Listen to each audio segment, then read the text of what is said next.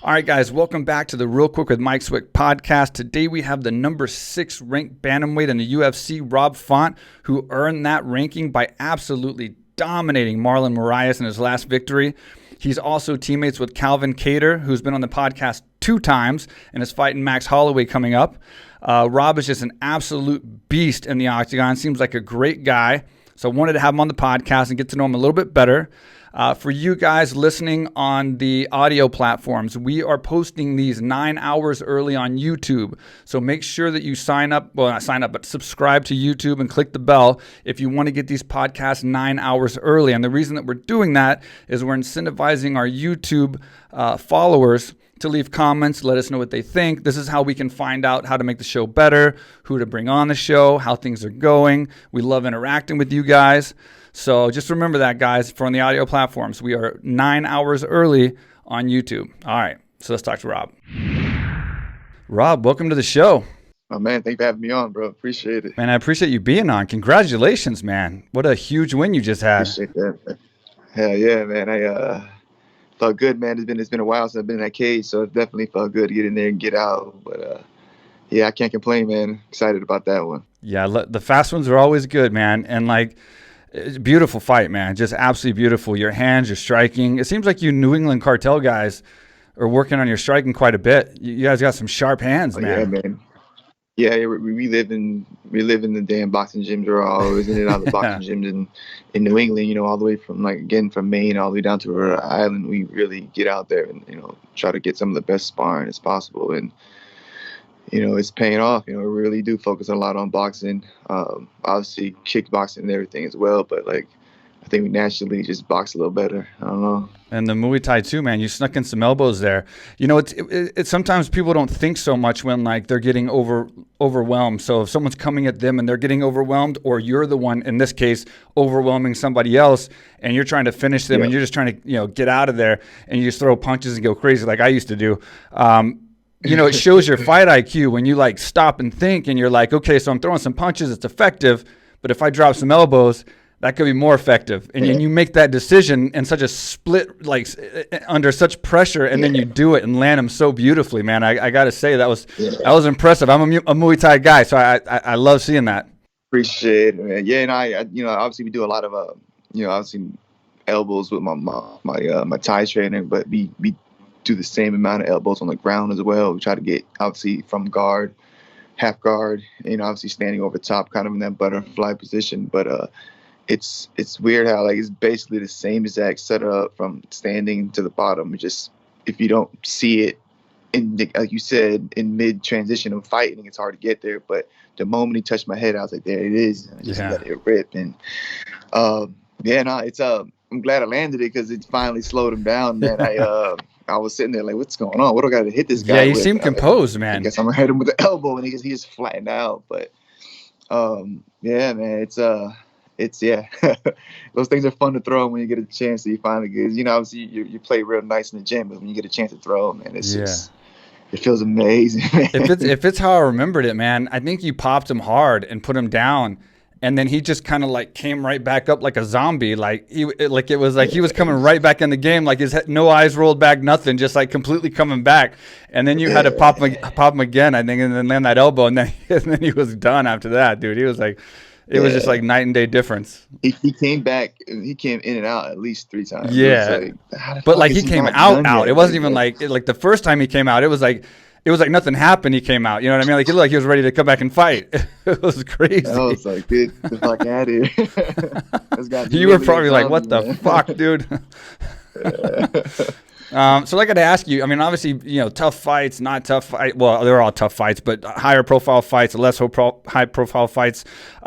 You always have your best case scenario. I know you probably analyze the fight in your head, and you probably have the fight 1,000 times during training when you're running on the treadmill, when you're thinking about it at night, whatever the case. I used to do that as well. Was this a best case scenario? Was this pretty much when you envision the best case scenario throughout your camp? Is this pretty much how it went, like this? Yeah, no, definitely. I figured. I knew for sure it was going to be a tough round, the first round. I knew that was going to be that mistake. Let's just get through the first round, either on the ground or standing, and then try to push more, obviously, towards the second round for the finish. And then I figured obviously I'm not going to try to lose the first round, but I figured it would be the toughest round that he Right. has. And then from there, the second round, I feel like obviously, like, I'll be a little more warmed up. I know he's going to be tired. Obviously, again, I'm just predicting, speculating or whatever. And I'm thinking, getting there and then start really touching him come the second round. And, the moment he shot, I was like, I know he doesn't want to stand. All right, That's a good sign. And I'm like, all right, this guy's already shooting. So I'm like, all right. So, but then like he started getting tired. I couldn't believe it. I was like, he's on top of me right now. He's technically winning this fight, and he's breathing hard. I'm like, and he hasn't really hit me with much, and I'm not having taken any damage. I'm like, just get up and go straight at him. And then like the first combination I hit him with, he just started wobbling. I was like, all right. And it was like I snuck in a left hook. I'm like, all right, he's definitely not doing this for 2 more rounds. So I'm still thinking bigger picture. I'm like, I'm just keep going because he can't do this. And it just, everything I hit him with was just accurate and it landed. So I didn't need the whole, but yeah, we figured it'll be second round, third round. First round was like, let's go, money. Like, it was like, money, I can't, I'm not going to complain about that. But the way we drew it up would be at least in the third round for sure, second round. But, we got in there and everything, it just worked perfect because everything I touched him with was hurting him and it was accurate. And it wasn't like, and I wasn't like,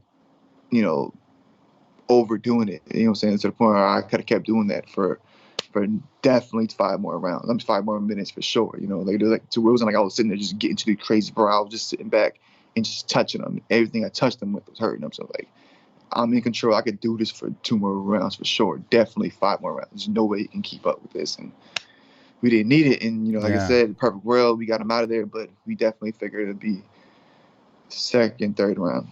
Yeah, and then you might have answered it, but what was the thing that surprised you the most in the fight? And what was the thing that you expected the most, that you kind of prepared for and it actually happened? We knew he was going to be bigger. First time I was like, damn, he's big. And then when I saw him, like, he's kind of big. We knew he was kind of big. We knew he was going to be strong. And it was going to be a hard, tough round, the first round.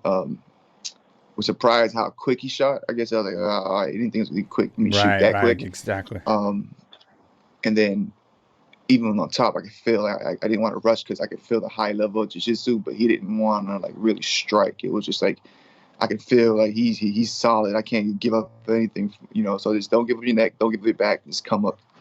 And so we knew that. We knew he was gonna be able to go on the ground. We knew he was gonna be strong, obviously quick, but I guess I would say it was just anything was gonna shoot that fast. And then what we also kind of knew that he eventually will get tired, and but it's just, I think like our confidence went through the roof when I heard him like literally breathing on top. I'm like, he's fucking tired. All right, I got like extra gas from there. I'm like, this is crazy. Like, it's a good feeling. Get up, and I'm like, it's only been 2 minutes. I'm like, it's only been 2 minutes, and it's not.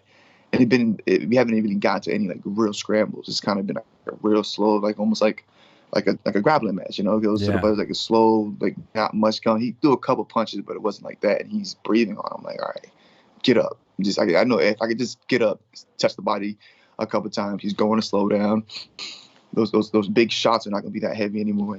And then get to the second round and really push it on him. But we got the hook landed, and then the uppercut went through, and I was like, I said, just keep going. And from there, just that killer instinct took over, and I just went to hit him with everything I had, and we put him away. Loved it, man. Loved it. And then, so after the fight, I heard an interview, and you said something about a lot of your friends or people that you knew were like, don't take this fight, or why would you take this fight, or it's a tough fight, why would you put yourself in that position? How did this fight happen? Like who made this fight? Did the UFC come to you and offer it to you, or did you have a choice, or did you ask for it? They came at us. They're like, hey, I just came off for surgery. Rehab. Did the whole rehab. We got it cleared by the doctor. My manager, Coach Tyson, he reached out to Sean, like, hey, we got the clearance. Sean was like, all right, perfect. Congrats. We'll reach back out to you with another fight. And then I'm thinking it's going to be someone closer to my ranking. And then he said, hey, what about Moraes? I know he's coming off a loss, but it's a big name. I know you guys want a big name. And they were like, hell yeah, he's going to take the fight coming off a TKO. I'm like, shit, let's go. Like, let's do it. And I was like, and then obviously, me and Tyson thought it was a great idea, and then everybody else is kind of like, oh, hold up, wait, I got their opinions, and they're like, you're coming off of ACL surgery. They're talking like it's boxing match. Let's get up a warm-up fight. I'm like, who the fuck is a warm-up fight in the UFC? Like, there's no way. Like, I'm either going to get knocked out by the number 3 guy or number 12 guy. It doesn't fucking matter. Like, they're all tough. You know what I'm saying? So I'm like, I don't see it that way. Like, I guess on the local scene, or even boxing, you can get away with that. But that isn't the way. It doesn't fly that like this, So, it was just kind of frustrating, but it was like, I know for a fact, like, these guys is just saying it, and they don't really know or have an opinion or know why I shouldn't be taking this fight. They hear Marlon Moraes. It is a scary name. They're like, wait a minute, hold up, year off, you haven't fought, surgery. In my mind, I'm thinking like, bro, like, it's not like I forgot how to fight. I got a brand new knee. You know what I'm saying? It's a huge opportunity. It's not like my knee's still messed up. It's brand new. There's nothing wrong with it. You feel me? Like, if anything, all the mental stuff, it was like in the locker room. I'm sorry, in the weight room, and like, doing that stuff, like the single leg jumps and in the box jumps and the weights, like, and like testing it out there. Like, fighting was like, or even getting back to practice was like, it was like I got out of jail. It was fun. Like, all the mental, am I sure? Not that was all through like the running and the cutting and the jumping. Like, once I was able to do that, I was like, fighting is easy. So like, once I got out there, it was never a thought of that. So you have people that never had ACL surgery telling me that I'm going to be thinking about my ACL surgery during the fight. I'm like, what are you talking about? Like, I know, like, all right, cool. So like, whatever, man. Like, but even had a high level guy telling me like, I need to take an easier fight. This is kind of crazy. You guys are jumping at it too much. I'm like, fuck that. Like, let's sign the dot. It's like me, my manager, and obviously like Calvin and my girl. Like, these motherfuckers are crazy. Just take the fight. We're gonna take the fight. Like, let's get after it. And exactly what we did. And we went out there and, like I said, we put on the show. I felt like there was a dominant win. I showed them saying like, you can take me down, but I'm gonna eventually get up. And again, if I put my hands on anybody in the 35 division, I'm knocking them out. And I'm just confident in that. Like there was like, the moment I got up, I was like, just go at him. Like, you're gonna touch him with whatever, and he's gonna feel it. And showing up. So like, it's not like I'm just like making this up. Like, I felt it. Like, the moment I got up, like, I just touched him with jabs. Yeah. Imagine if I really put these jabs together and good one, and these combinations, and then putting together knees and elbows behind some type of kicks. It's like, again, like, I hit and I'm too accurate. And again, like, for some of these dudes, and again, like, I'm not taking a lot of damage. I'm not like, I didn't like, I'm not coming off of 4 or 5 back-to-back like crazy like knockout barn burners. I'm getting older, but my I guess you would say my cage age is pretty young, because I'm not getting in these crazy ass fights. And what I'm saying, the way I'm looking at it, I took a year off, but that's a year of me not getting hit. That's a year of me healing up all my little injuries, my little hands and everything. So like, I came back and got in and got out. It's like, let's keep this ball rolling. So I want another tough fight. So we're in a good spot. We got options. We just gotta take advantage of them. You know how it is. They come and go so fast. So we just gotta take advantage of these big fights and these big wins, and just keep building off of the big ones.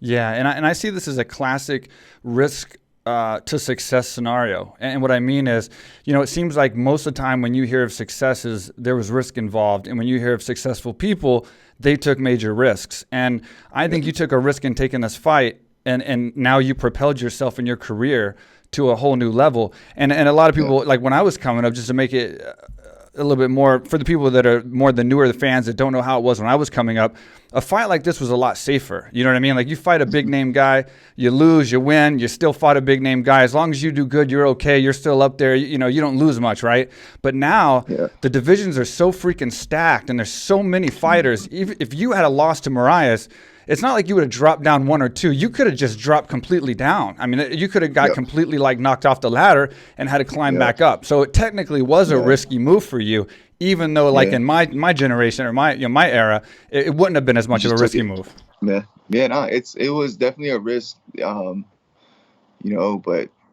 what it is, like, I always felt like, since I even got into the UFC, there's been like, everyone's always a risk. Like, especially now they're talking about cutting people, man. Yeah. Like, it's like every fight feels like it's like, this is like the last one, so you better perform. And again, I just like, that's just what it is, what we do, you know what I'm saying? So it's kind of like everyone is that high pressure feeling. So it's like you almost get used to it. Like you're always like just walking on that tightrope the whole time. You know, you're just always there. And that's kind of like what you deal with and what we do, you know, in fighting. Because, you know, like, shit, this game's brutal, man. This game is definitely brutal. So it's like, you better take advantage of every single opportunity because, you don't get them often.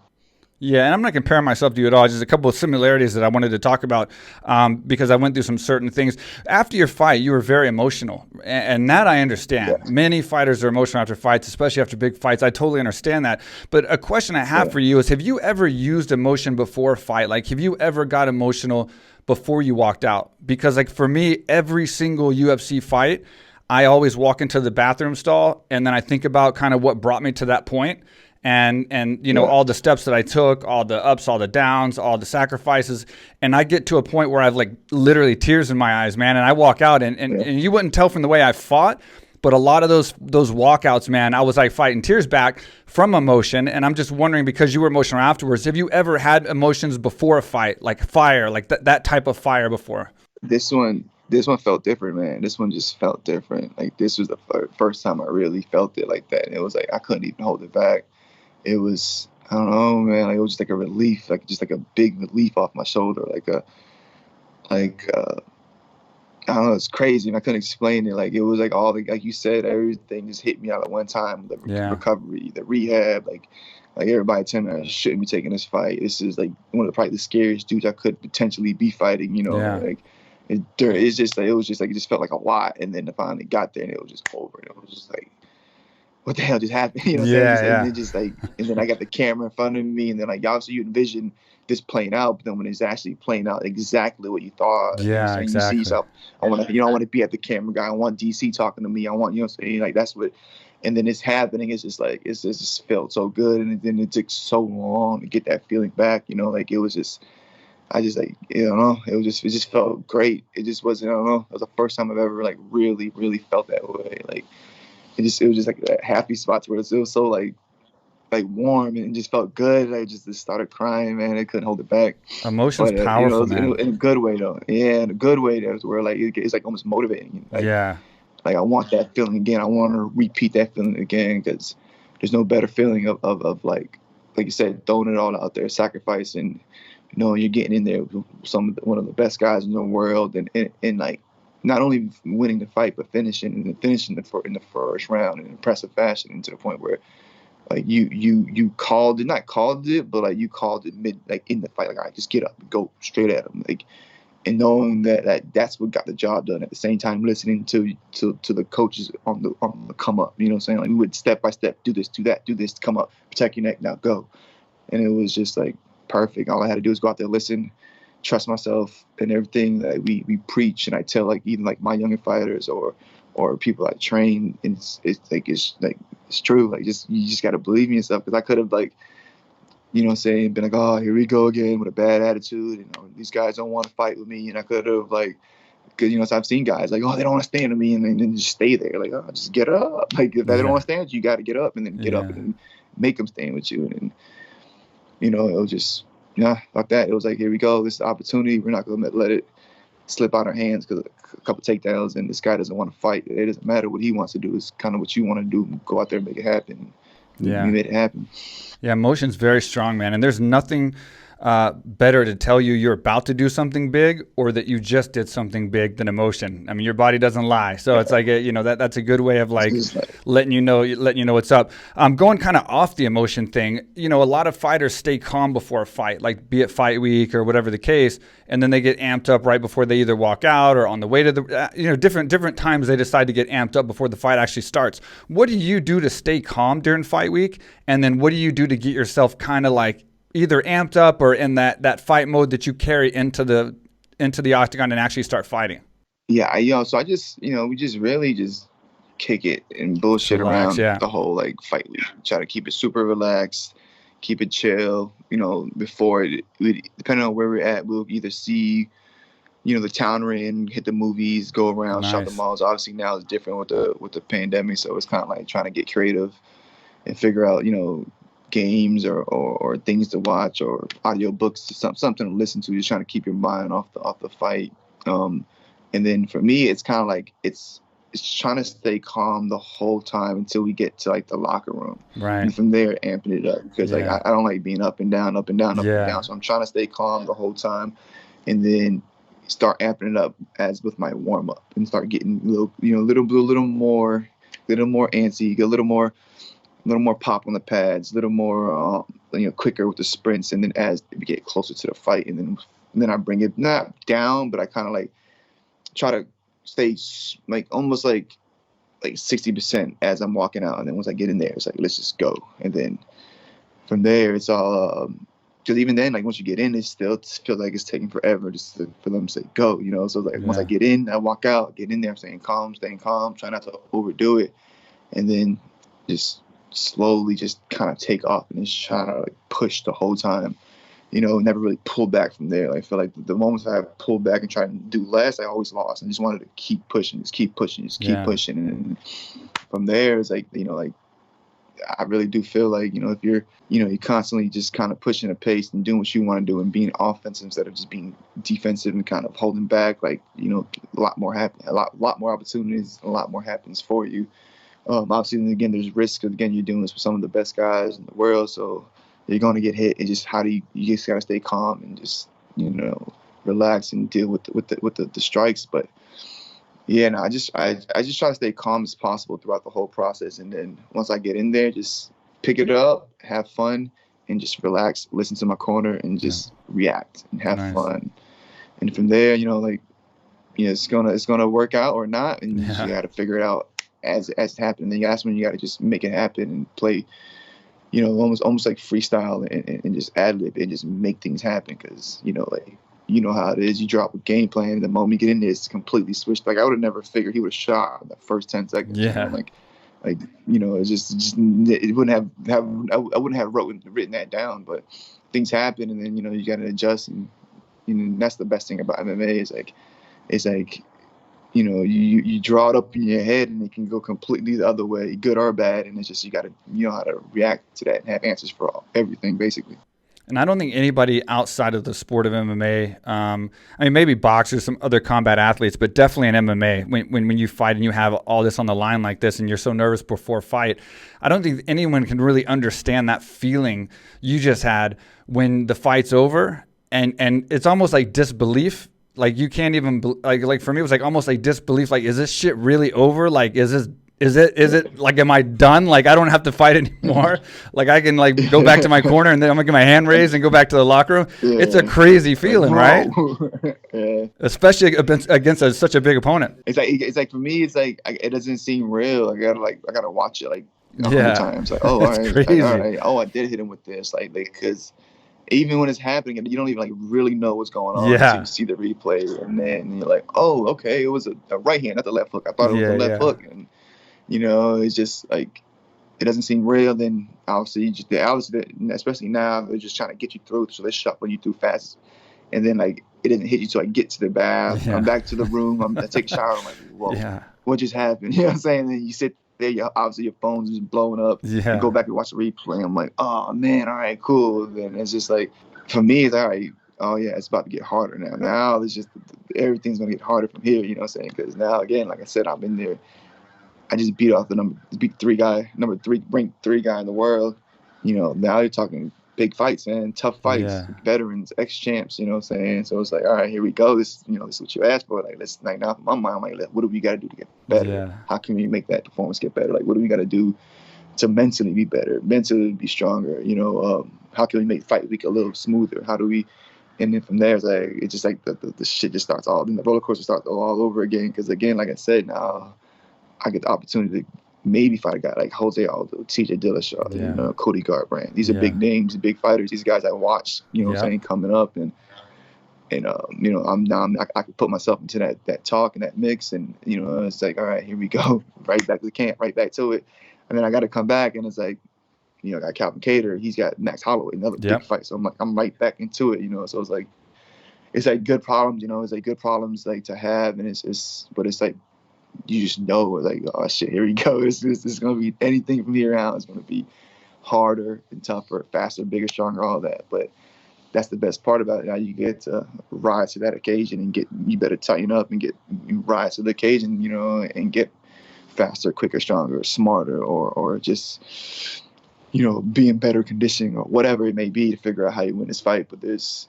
something out there that you got to do, and then it'll pop its head out during the fight. Yeah. And then if you just got to adjust to it quick, and then whatever that may be, you got to find it and keep going with it. And that's the hardest part about what we do is you never know till fight night. So it's never that simple, almost like a basketball game or a football game. You kind of predict what you got to do to kind of win. Like with this shit, it's maybe, good luck. It's kind of you'll find out come fight night. So I'm excited. Well, I'll tell you, man, coming up with AKA, alongside so many champions and so many superstars and watching how they did, I think you're going to be just fine, man, because you took a big risk going in there with Moraes and you couldn't perform better. You know what I mean? So it's I'm not worried about you. I'm not worried about you, getting in there with some tougher guys and freaking out and letting that pressure get to you. So I definitely don't think that's going to be an issue. All right, guys, I hope you're enjoying the podcast, but I got to thank our sponsors, our first being Manscaped, the official trimmer of the UFC, and now the official trimmer of the Real Quick with Mike Swick podcast, and yours truly. Precision engineered tools for your family jewels. And now you can save 20% and get free shipping by entering code QUICK at checkout at manscaped.com, manscaped.com. And even better news, now Manscaped is available in Europe, Canada, and Australia. So any of those places you can order Manscaped from manscaped.com, enter code QUICK and get free shipping and 20% discount. And when you use code QUICK, that lets them know I'm doing my job. The podcast is doing its job. They're getting all these orders from code QUICK and they're like, wow, that podcast is doing amazing for us. So it's a win-win for the podcast. It's a win-win for you, saving 20% and getting free shipping. So go order yours today. And as always, this podcast is brought to you by AKA Thailand, the world's premier luxury training resort in Phuket, Thailand. You can go to akathailand.com right now and save 30% on all pre-booked group training packages, a week, a month, 3 months, 6 months, a year, with no expiration date. So you can book now and use it anytime in 2020. What's left, a couple of days of 2020, you can't actually use in 2020. You can use it in 2021, 22, 23, whenever you can. We actually can get you special visas to bring you here for 3 months.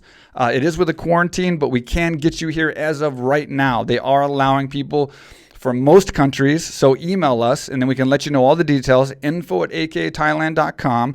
We'll let you know all the details about the packages, the prices. We can customize the package for you, a travel package, and we can give you the details on what the rules are for your country.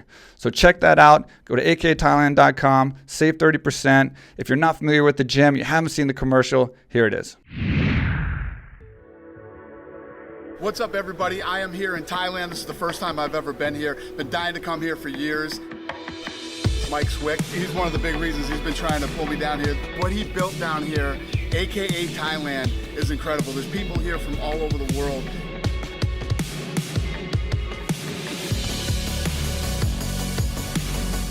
You can train mixed martial arts here, jiu-jitsu. They have weightlifting, they have cardio, and obviously they have Muay Thai, boxing, everything.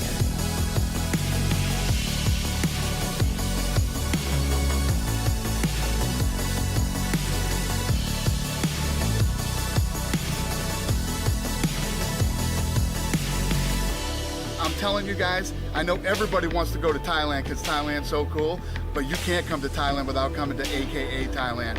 Come on.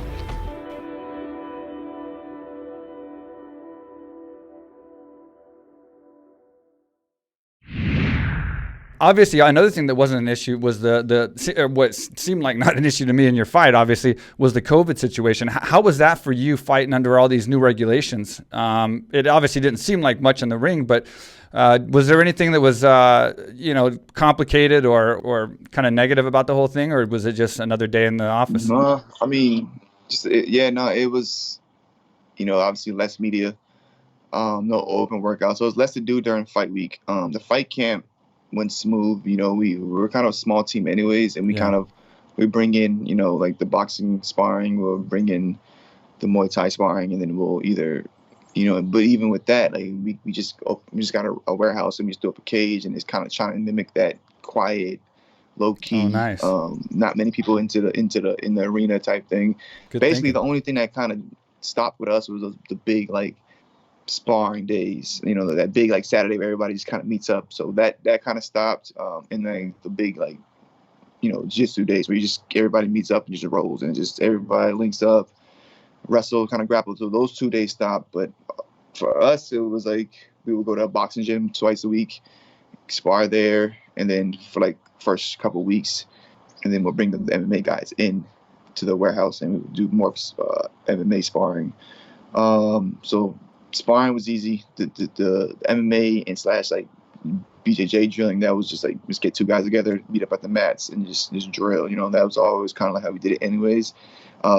Only thing, like I said, it was just I didn't get those like long rolling days, just straight rolling, or just sparring with different people throughout the day. It was 2 or 3 guys. We link up, get the work in, and then get out. So that's the only thing that changed as far as camp.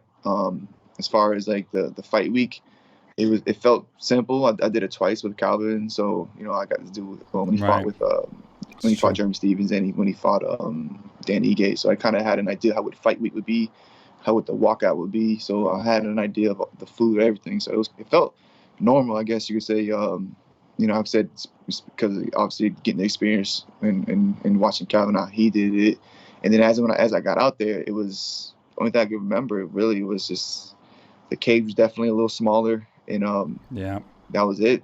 After that was it. It was like, all right, let's fight, let's get to it. But I think I was prepared. I think mimicking the empty warehouse type thing in all the boxing gyms that we spar on there, it's always quiet. There's never like music on. Everybody kind of just stops and just watches sparring. So it's always quiet in there. I think honestly the only thing's awkward is that walkout. You hear that music dropping. It's like it's so weird. Sweat. Besides that, everything was cool, man. I feel like I've done it. I've been there. And then again, it's like just an opportunity to get in there with a high level guy like that, and then man, just getting the opportunity to fight and compete at the top of the world with some of the best guys out there. You can't complain. No matter if it was 1,000 people in there or 2, just the opportunity there. So I was smiling and happy just to be able to do that, and then at the same time get paid to do that. Especially now the whole fucking pandemic and everything, it's kind of like I can't complain at all, man. Like, I'm fucking smiling right now, Yeah, I hear you, man. And I commend you, man.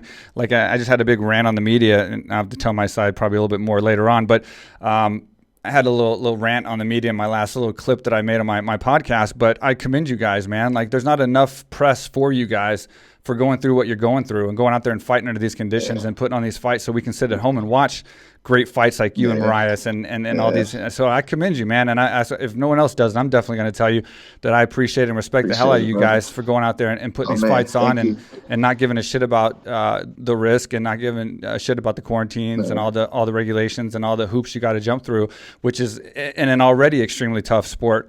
And now you just dominated Moraes. When you do something like that, you can pretty much kind of call out anyone, and there's a chance you could fight that person. I mean, that's a great feeling. You chose to call out TJ Dillashaw as one of them.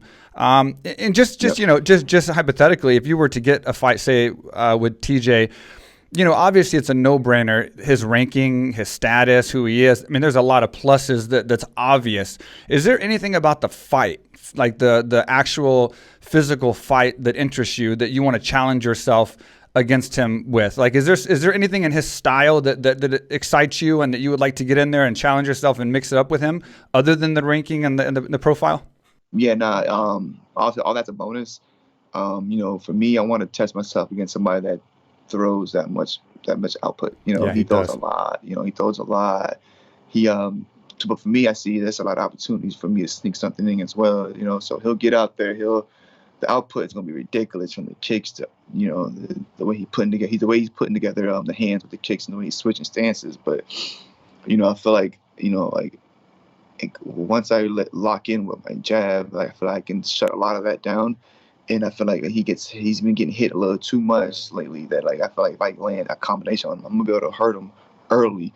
From there, again, he just goes in and starts throwing more punches. I feel like once I hurt him, he's gonna pick it up a little more, which then he's gonna have more opportunities for me to counter him. Then I feel like if I can get my jab going, hurt him, and then counter off of his, you know what I'm saying, kind of like his attack, I feel like I'll be able to put him away.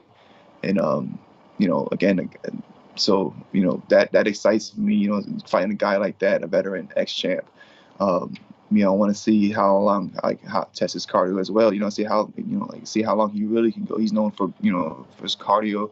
He's known for, you know, the being creative and putting up, you know, a lot of output. Let's see, you know, saying, let's see how he does, you know, saying, coming back off of what suspension, off of what he's coming back off. Right. Let's find out. And then I feel like I'm the guy to test him.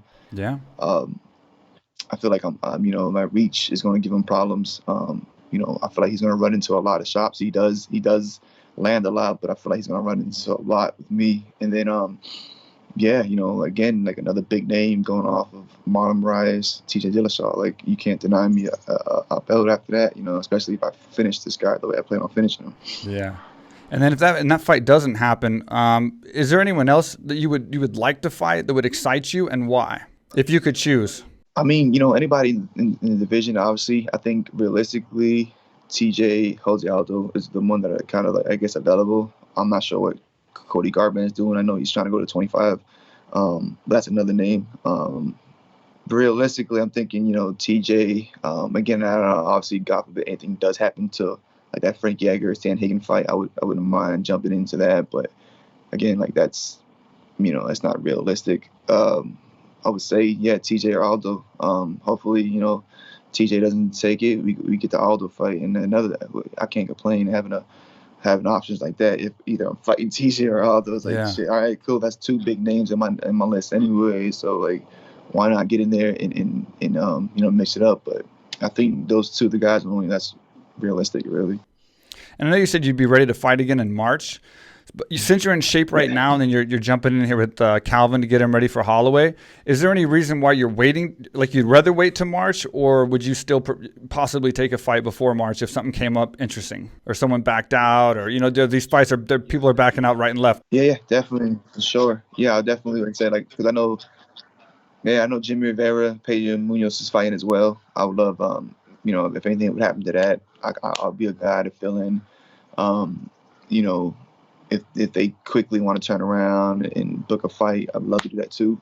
I just figure, let's get through, you know, Calvin's fight. I'll be ready, but let's get through Calvin's fight, get him a W, and then see what's next. But if they say, hey, we're fighting on the same night, then let's make it happen as well. You know, Yeah. That's the best thing about the UFC, that things like that happen fast. Especially in the situation now with the pandemic, you seem like they're trying to put on the best fights out there right now. So, you know, you saw with the champ the other day at 25, he fought and turned right back around and fought again. So, yeah, I mean, I could definitely be ready for that. You know, but we'll see, man. It's like good options. I just feel like I'm in a good spot to where, you know, regardless of what happens, it's going to be a big fight. It's going to be another big opportunity. I just got to, like, be ready for it, mentally ready for it, physically ready for it, and then go out there and just have fun and, again, try to finish these guys. I want to be known as a finisher and try to finish these guys and not just win the fight. I want to finish these guys and get them out. There's no, like, maybe he won, maybe he didn't. No, he won that. It was, like, impressively. I want to do that impressively. Yeah, I love seeing you guys when y'all jump up like you just did and change your level and your ranking so fast in a single fight or a couple fights. What has it been like for your family and your friends? Like how is it with them now, seeing you fighting at the top of the UFC, and like that's got to be cool, man. Like having them watching you on TV, and now obviously you're going to be fighting, you know, huge fights. Yeah, no, it's definitely, you know, I've been getting a lot of support. It's I'm just glad it's motivating for people. You know, I get a lot of messages like, bro, I'm like, you know, I'm just doing everything better. Like, I'm just like, my job's better because I get hyped up when you fight. Like, it's like I'm in camp too, so like my diet's better. You know, I'm a better dad. I'm hanging out with my son more, and like, you know, I'm like, all right, cool. Like, let's do this. Like, it just feels like I love, like, you know, putting in the work, and then getting recognition for the work even before I fight, and just see, like, how hard I work, and then they're kind of like picking up on just trying to, like, you know, see work as hard as they can as well, and just like the small things, you know, like every day, like I said, just, you know, hustling harder at their job or you know, saying getting that blue belt or whatever. Like, and I'm seeing me, you know, doing what I do, which, you know, like obviously, like, for me it's easy, but for them it's like, bro, like, you know, it's like watching you get ready for a fight camp is inspiring. I Nice. did Yeah. this, that, and it's just like, hell yeah, let's keep going. So like, it makes me want to, like, you know, get right back into it and get back to work. Cause you know what I'm saying? Like now it's just, I know why I'm doing it for myself, but then it's like, I got other people looking at me, or even got like students coming up to me saying like, hey, all that thing you showed me the other day, it worked. And like, I get to see you do it on TV. So it's like, Yeah. I'm like, perfect. Like now I gotta live up to that. And so it's like, there's a lot that goes behind it, but it's like good pressure, if that makes sense. And yeah, no, it's just like, you know, it's nothing but love. And I just want to keep, you know, obviously try my hardest to kind of keep that momentum and that motivation and that you know, that whatever that good feeling is when, you know, like when you having success, kind of just let it keep flowing as long as possible. Yeah. Let's ride this thing out. Yeah, I got to ask you real quick, because I don't know. You started fighting in 2011, so you were like 22, Yeah. 22, Yeah, something like that. yeah. So Yeah. what did you do before that? Like, when did you start in martial arts, and then how did that get into a point where you were fighting pro and then UFC? Yeah, so I was delivering pizzas, going to just jiu-jitsu class at the time. And then, well, actually, I was just delivering pizzas, and then I didn't even know about MMA or UFC or anything like that. And I delivered to a house, and they were doing, it was like a Saturday night. They had the pay-per-view on. I believe it was BJ Penn versus Georges St. Pierre. Oh, wow. And then they had that on, but they had the mats outside, and they're kind of like rolling and on the game. Like, Cool. what are you guys doing? I knew of boxing, obviously knew of like, you know, obviously like the WWF wrestling, and I knew of high school, like college, collegiate type wrestling. It's like, oh, this is definitely not that. It's like, what are you guys doing? Kind of broke it down. I didn't know of MMA, but I kind of did. I just knew of like Chuck Liddell and like Tito Ortiz. That was it. But that was it. Like, I didn't know anything about it, and they kind of broke it down. What MMA was, what the WC was, what UFC was, what you know, jiu-jitsu was. I'm like, all right, cool. And then like they recommended a school, Gracie Tampa, out there in Tampa, Florida. And I was such a rookie. I thought I was out there about to go train with like Hoist Gracie. You know, I'm like thinking like it's like. And then once I got there, they kind of broke down to like the affiliate programs, the belt system, how it works, how MMA works, what no gi is, what gi is. So from there, I just got addicted. Really, it was like I just started learning basically what jiu-jitsu was, then what MMA was, then what obviously karate, Muay Thai, everything was, and how to put it together, and then the different promotions you had to dub, because then from there it was like I was just trying to watch that. Then you had the WC, you had, you know, the smaller guys with Faber and all those dudes, and you had the UFC, then you had the Ultimate Fighter show that was kind of like getting big at that time. So I'm all over the place, like what's going on, and then it was just trying to almost catching up on history. And then from there it was like I couldn't watch anything else but martial arts. It was, if it was on TV, it was some type of martial art movie or Fight Quest or an old show or whatever. And then if I wasn't, I was on YouTube watching Ramon Decker's, like whoever I could get my hand on as far as kickboxing. You know, anything, any type of MMA, anything. I was just watching jiu-jitsu.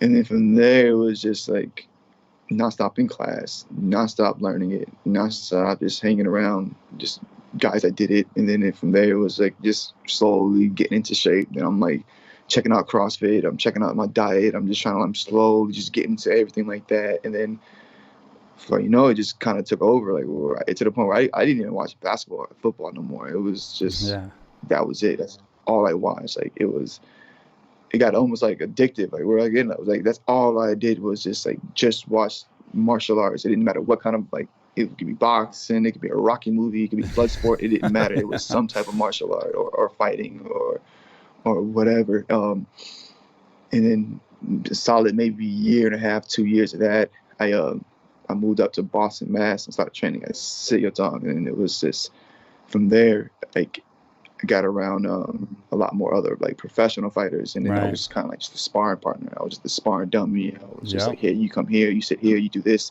and I was loving it. I was like, hell yeah! I was like, Yeah, the beginning. Sometimes I would be at the gym for an hour, maybe do 2 rounds and just watch the rest. And I was like, that was cool for me. I was like, that was good. Like, so I was just a sparring partner. I was decent, but it wasn't like I couldn't blend it yet. I was like decent striking, decent on the ground, just had no wrestling. So from there, I slowly started obviously getting better. And then before you know it, it was like, hey, when you're fighting, when do you want to fight? And that's all I wanted to hear. And then from there, just like, I was like probably 2 years into training.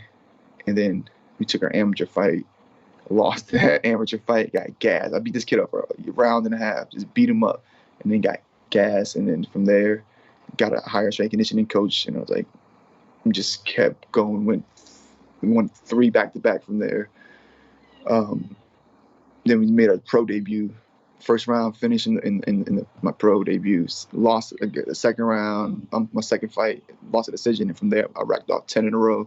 Yeah, and it was it was like, all right, that's it. Let's just keep going. And before you know it, we get the call. They call us to fight George Roop, 2014 July 2014, and it was like, wait, hold up, who? George Roop? Like, I was just watching. I remember I was just like, it felt like yesterday I was just watching him on the WC doing his thing, and again, I still feel like a rookie. And I still feel like I'm learning. I'm still to this day, I'm still getting better. I'm like really understanding what an overhook and underhook is. It's just all right, cool, let's do this. But like, I was like, okay, let's go, man. Like, we got the call, and then it just played out. But it kind of happened. All this kind of happened on accident.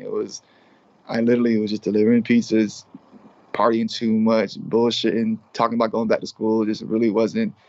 And then just like everything just stopped. I was like, wait a minute, what is this? It was like oh, I found a whole new world. I was like, wait, what is this? Like, everything just stopped. Like, I wasn't drinking no more, I wasn't partying no more. It was just like, it didn't even care about that. I was like, I got like 5 more DVDs to watch, and it was just like, I got to go over here, and this guy's sparring, and he wants to roll over here, and like, I got to go run over here. I'm checking out this new CrossFit gym, and it just, MMA just kind of just kept me it was so busy, I guess you would say. Just before you know it, it was like 4 or 5 years later. I'm like, hey, now we got to fight, because you're just this sparring partner for everybody. Like, let's put it to work. And it just kept flowing and kept rolling, and you kept winning. And before you know it, we're getting amateur belts, pro belts, winning big fights, helping out with big names coming through and helping those guys get ready. And then like seeing that and inspiring with high level guys and seeing that, and I'm like, wait a minute, like, hold up, like, all right, we got something here. And then having obviously the right people around, my manager and Coach Tyson kind of pointing me in the direction of what to do, what not to do. And before you know it, like, now we're in that spot where, again, I'm like, all right, well, now we're fighting, and we're 3 guys in the road. Let's go out there and figure it out, and then see what happens from here. And now it's like a new chapter where like, now we're fighting the top guys out there. When we were just watching the top guys, now let's be a part of that. Instead of watching it, let's get out there and let's watch our replays instead of watching their replays, and kind of like switching the mindset of like, all right, here we go. Like, it is what it is. You've been fighting these guys. You've been watching for a while instead of, trying to study them and watch their replays, just study ourselves and be a big fan of yourself instead of being a fan of them. And again, like, let's try to like watch your replays, and like, let's get on ESPN instead of watching these guys on ESPN, and kind of like owning up to that and taking that and really believing like, hey, you're gonna knock out Marlon Moraes. I know you watched him. I know you learned a lot from him, and that was cool. And you might even took a picture with him. That's all great, that. But go out there and knock this dude out. And, and it's like, it's fun because, like, again, like I said, this is a great opportunity to kind of like see, all the hard work pay off, and against a big name and against a big mental fuck. Like, because like you said, like, you were just looking up to these dudes. I was just out there in Sacramento, you know what I'm saying, trying to learn from TJ and all those guys, and like trying to get around them.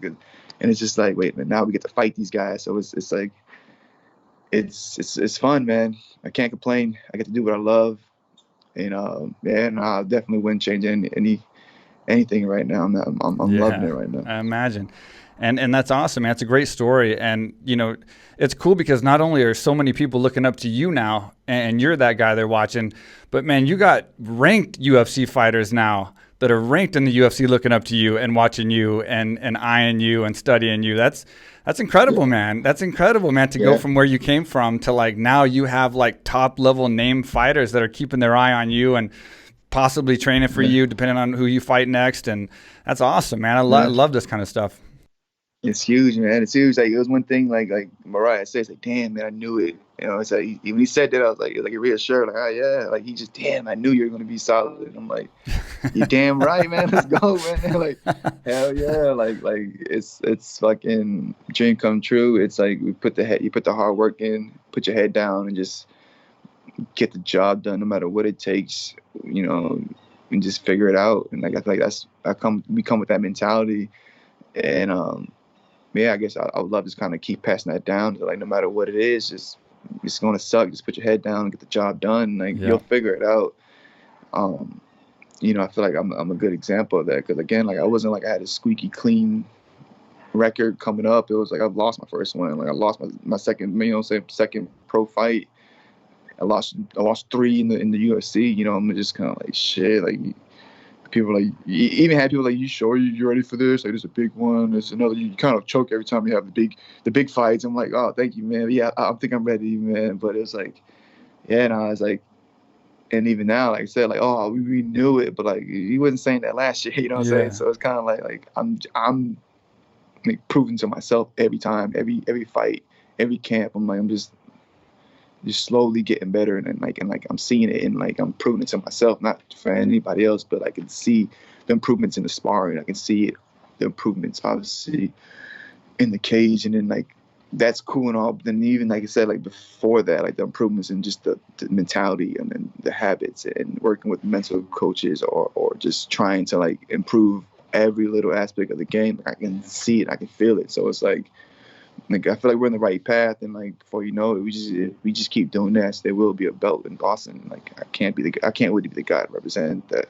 Yeah, I love that mentality, man. And you know, you're absolutely right. You hit it on the head about, you know, you lose some, but you got to pick yourself up. And a lot of people say it's how you pick yourself up, but it's so important. And I just want to throw this out there for the people because this is a weird situation that nobody would probably believe. And I don't talk about it very much, but and not to bring it back to me, but when I was coming in the UFC, when I got on the Ultimate Fighter, actually before the Ultimate Fighter, my last fight before the Ultimate Fighter was for the WC Championship, and Dana White was front row. I fought Chris Lieben and I lost. So I lost in front of Dana, and I lost by TKO in front of Dana White. That was my last fight before Ultimate Fighter. Somehow I managed to get on the Ultimate Fighter off a loss. I go on the Ultimate Fighter, and I lose against Stephan Bonner in the semifinals. So now I've lost in front of Dana getting in the UFC. I get on the Ultimate Fighter, and I've lost on the Ultimate Fighter. And then I got in the UFC, and I went 9-1 from that point on to title contention fight. So it's like you never know, man. You know, after those 2 losses like that, a lot of people, that's when they give up. That's when they stop. You never know. I would have never known I was going to go 9-1. You know. You could have packed it up. You could have went back to school. You could have got the job. You could have did a whole bunch of other things. And again, you did it at a high level and in front of your boss. Like especially at that time where it was like that's all we were fighting for. That what you So I can only imagine what you're going through. And it's kind of like it's again like I think like as far as fighters, like I don't listen to that. Like I don't hear that. I don't see that. It's like I almost like whatever. Yeah, I love it, man. Still gonna go back to the gym. I'm still gonna get better. Like you gotta ignore that. You literally gotta ignore that. You gotta like let that come right over your head and learn from that. You know, like and really try to learn from that. And I know it's corny and stupid to say, but you really do learn from your losses. And Absolutely. If you don't take advantage of that or like really, really buy into that and like take full advantage of what could we have learned today? Like you know, like you're shooting yourself short because like you said, man, back-to-back losses and then racking off 9 in a row. Like that doesn't happen on accident, you know. Like just like there's a lot that goes into that, a lot of dedication, a lot of hard work, and again, a lot of just mental toughness, knowing that like, we're gonna figure this out. And you know, if you have that mentality, you can't lose. You won't lose, man, if you have that mentality. Yeah, and I got to ask you real fast, and I'm going to take too much of your time, but I got to ask you about your boy, who is a 2-time podcast guest, Calvin Kattar. Love him. How's he doing, man? How's his, and obviously his training partner. How's he doing, and how's he looking getting ready for Max Holloway? He's ready, man. He's excited. He's pumped, you know. My kid's nonstop working. He's, you know, the weight's good. He sparred last night, looked sharp. It's just hurry up and wait, man. I feel like we can't do much more right now. We just got to really get him to the fight, trying to stay low-key, obviously, make sure keeping everybody away from him, making sure everybody's sharp. staying away, you know, trying to like make sure we get there COVID free. Yeah. But man, he just got to go out there and have fun. He's Yeah. ready. He knows it's a big opportunity. He knows it's a big tough fight, but you know, he also knows how hard he hits. You know, like, and knowing that, and knowing how, you know, like, you know, the matchup, and seeing how much damage, you know, Max does take on occasions. You know, he does get in there. He does get hit a lot. Yeah. You know, I think that's just fueling Calvin, because again, like, you can't take Calvin Kattar's shots like that. Yeah, he's got some like, strong punches. He got some, and it's this accurate too, and they're long, and they're snappy, and they're quick, and you know, again, like you saw what he did with Ricardo Lamas, and then you see what Max and Ricardo Lamas did. And they literally stood in front of each other and just let go, you know, and like, you can't do that with this dude. Like, I felt it. I'm telling you, man, you cannot do it with that. Like, he on the regular, and there's no exaggerating, like, puts guys down on the regular in sparring, to the point, and it's like he doesn't even mean to. It's just it's just so accurate, so long.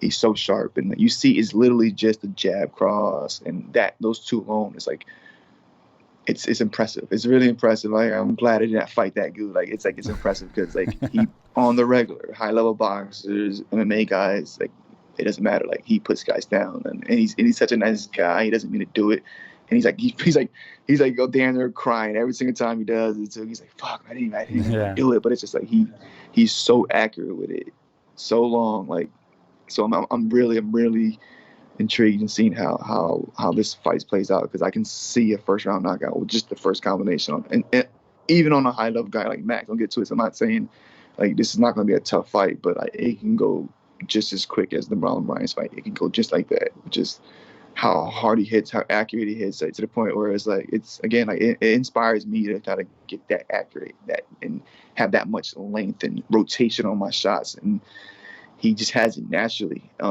So yeah, man, it's just huge. I think him really knowing that, him not forcing it, and then that with the opportunity with a guy like Max, again, that's going to throw numbers, which again, that's a lot of opportunities for Calvin to sneak one of those right hands in there, and I can see it, because again, like, Max he'll throw a 4, 5, 6 punch combination. Yep. He sure does. You know, and that's what Calvin's used to. You know, he's used to those type of guys. Yeah. Calvin grew up in the boxing gyms. He's used to those type of guys that throw, you know what I'm saying, those numbers that put that much pressure on there.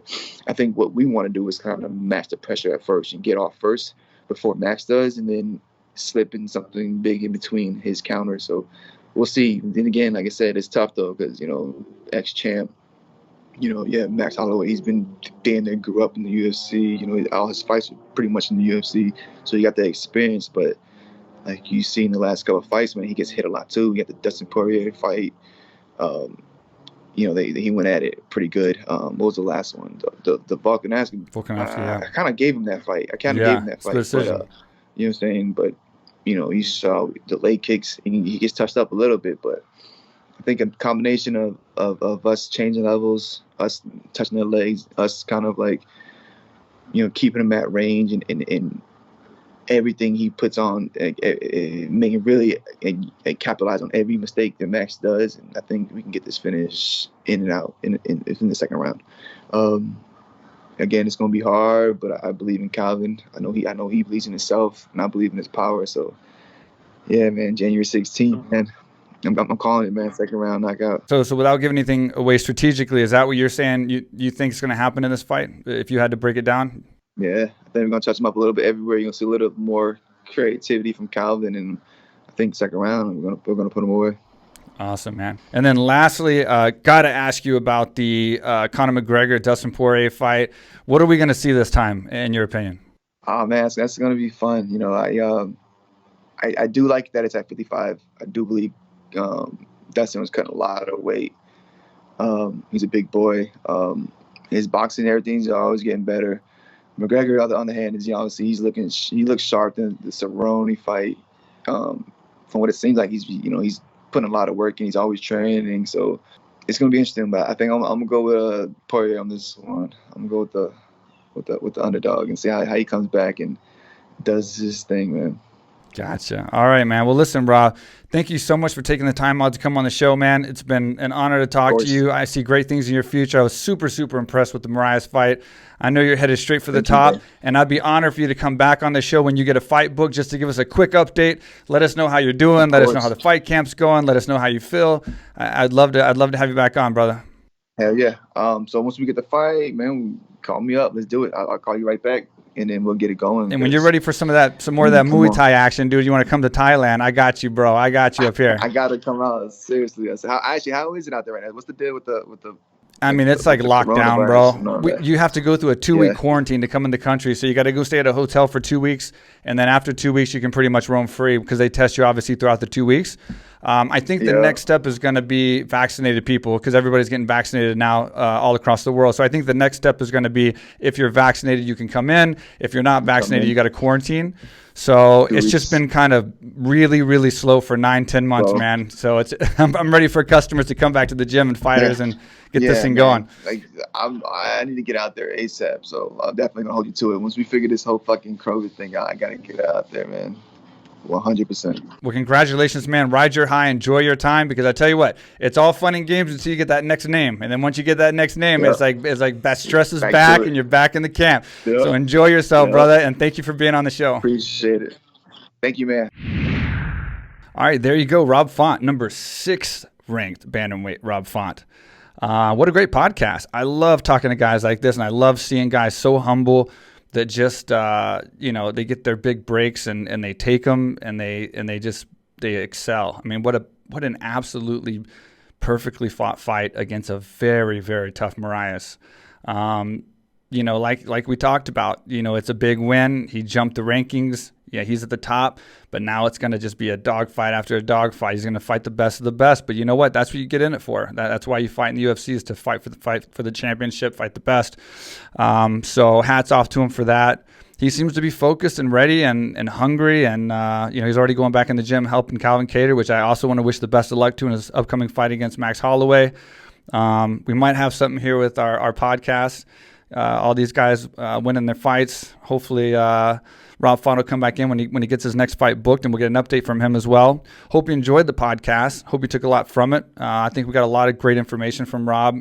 He was very open, and I'm honored to have him on and honored for him to give us as much time as he did to talk to us and share all that information. So anyway, if you're on YouTube, please leave a comment, subscribe, hit the bell. If you're on the audio platforms, go to YouTube. We post them 9 hours early on YouTube. Then we do the audio platform so you can actually see the podcast early. Leave us a comment. Let us know what you think. But either way it goes, we love you all. We appreciate the support, and we'll see you next time. Real quick with Mike Swick.